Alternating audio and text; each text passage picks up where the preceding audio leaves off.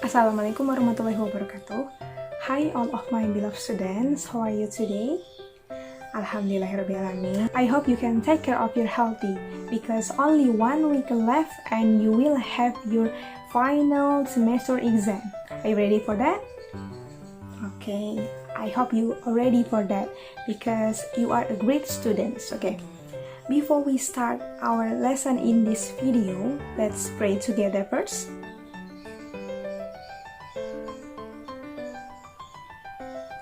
Amin. And let's start by reciting basmalah. Bismillahirrahmanirrahim.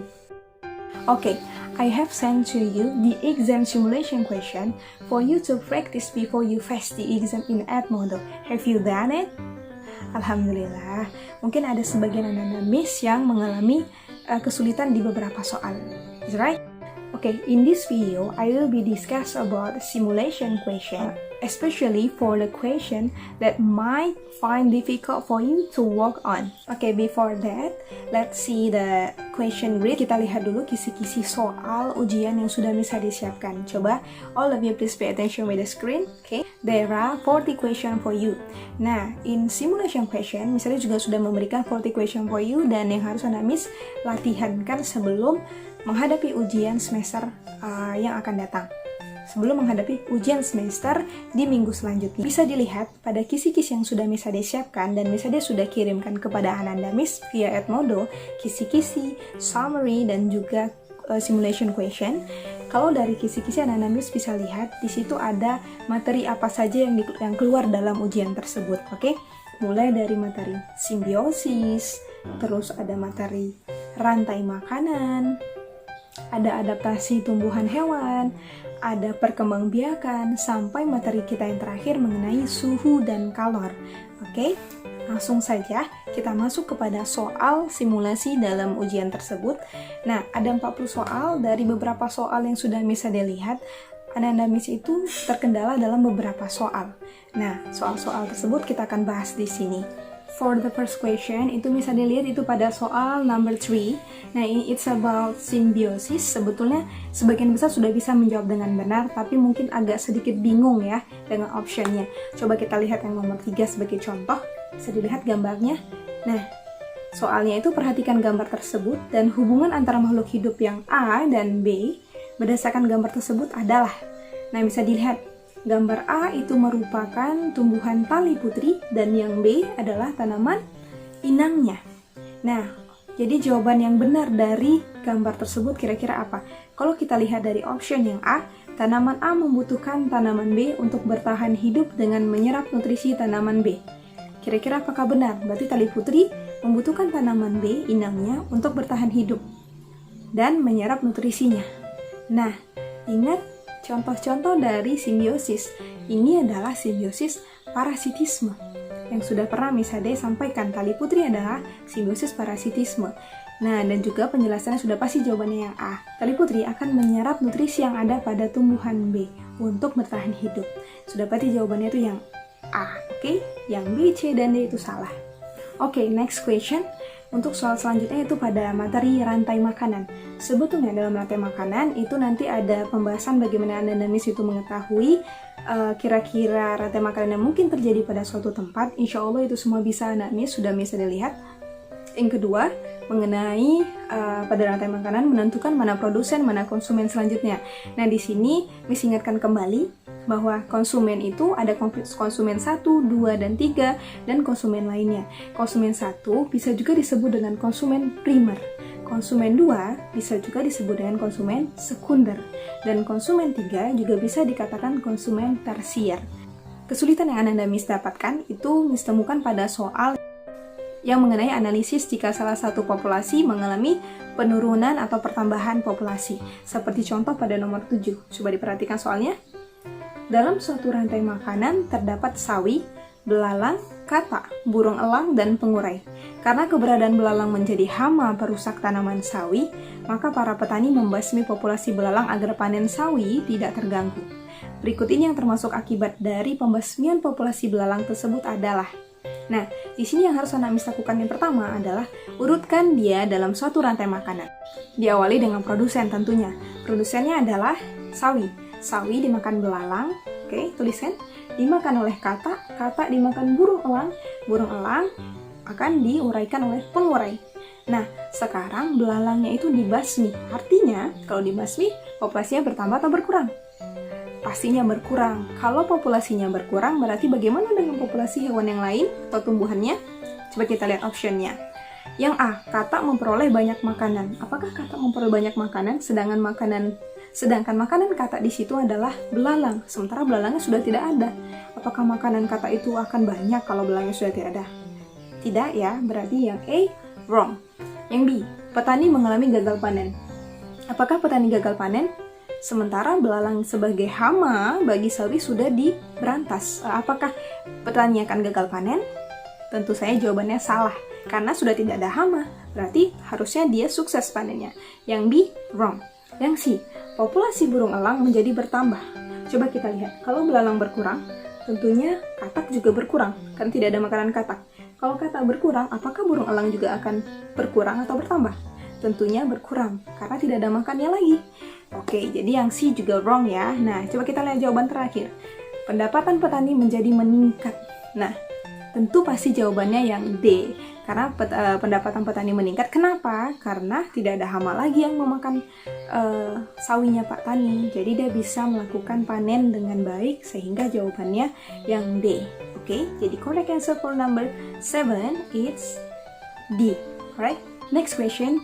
Itu ada pada soal 23. Jadi pada nomor 23 juga masih ada yang salah. Nah, ini mungkin karena kurang teliti dalam membaca optionnya. Coba kita lihat dulu soalnya. Oke.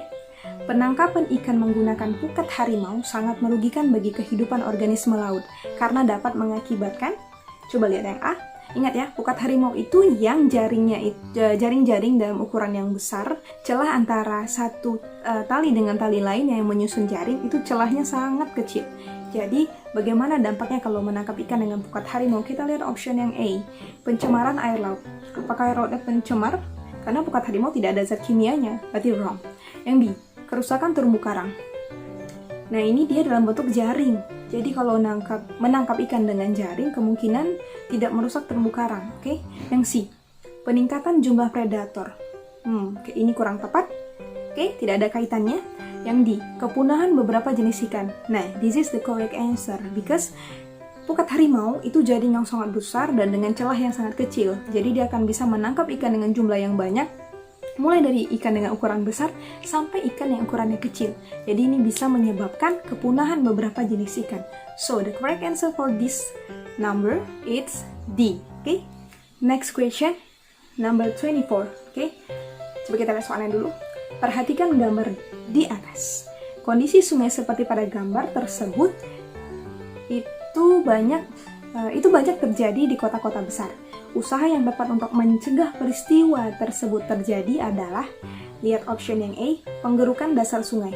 Tidak ada kaitannya dengan gambar, karena gambar kita bisa lihat sungai yang penuh dengan sampah. Tidak ada kaitannya dengan penggerukan dasar sungai. So yang A wrong. Yang B, pembuatan tanggul sungai. Pembuatan tanggul sungai juga tidak ada kaitannya, karena ini kaitannya dengan sampah yang sangat banyak. Yang C, penghijauan daerah sekitar sungai. Juga tidak ada kaitannya. So the correct answer is D. Pelarangan pembuangan sampah di sungai. Oke, next question number 25. Look at the question. Salah satu kabupaten di Provinsi Riau, yaitu Kabupaten Siak, memiliki daerah muara sungai yang banyak ditanami oleh hutan bakau di sekitarnya. Hal ini dilakukan adalah bertujuan untuk, sebetulnya ini tidak begitu sulit, tetapi Ananda Miss itu terjebak atau tidak teliti dalam membaca optionnya. Kita lihat yang A.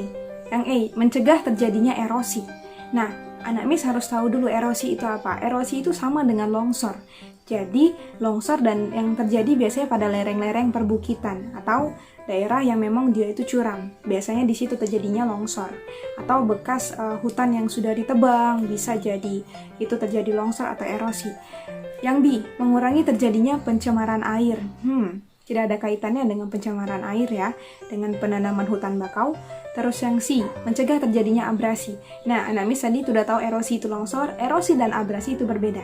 Kalau abrasi juga pengikisan, tapi khususnya yang terjadi pada perairan. Bisa pada pantai, bisa pada sungai, itu abrasi. Terus mengurangi populasi ikan, tidak ada hubungannya, karena malah populasi tumbuhan bakau yang ada pada perairan justru itu menjadi habitat bagi makhluk hidup yang ada dalam perairan tersebut. So the correct answer itu yang C, untuk mencegah terjadinya abrasi. Ingat keywordnya, kalau tanaman bakau itu pasti dia itu mencegah terjadinya abrasi, bukan erosi. Oke? Selanjutnya, question number 33. Oke, kita baca dulu soalnya. Seorang arsitektur ingin membangun jembatan pada suatu kota. Untuk itu, ada hal yang harus dipertimbangkan dalam pembangunan jembatan, terutama jika terjadi pemuaian saat suhu panas. Hal tersebut adalah, kita lihat optionnya dahulu, yang A. Pemberian besi yang sangat kuat pada jembatan.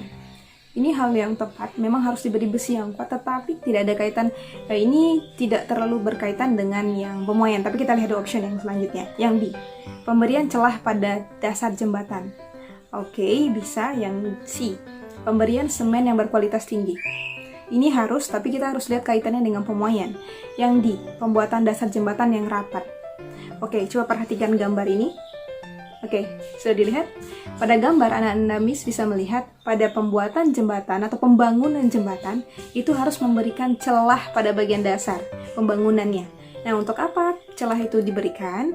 Nah, ini adalah agar pada saat siang hari suhu panas dan mengalami pemuaian, jembatan tersebut dia akan memuai dan ada ruang muainya, ada ruang celah untuk dia memuai bertambah panjang, sehingga tidak menyebabkan jembatan ini patah ataupun agak bengkok dalam hal arsitekturnya. Karena begini, kalau misalkan ini celah antara pembangunan jembatan bagian dasar, nah ini besi bagian bawahnya. Kalau misalkan kita beri celah seperti ini, pada saat siang hari dia memuai, dia akan bertambah panjang. Ingat konsep pemuaian, dia akan bertambah panjang atau bertambah lebar, pokoknya bertambah, dan itu disebabkan karena suhu yang meningkat atau panas. Jadi pada siang hari, jembatan akan mengalami pemuaian pada bagian dasar pembangunan yang besinya itu.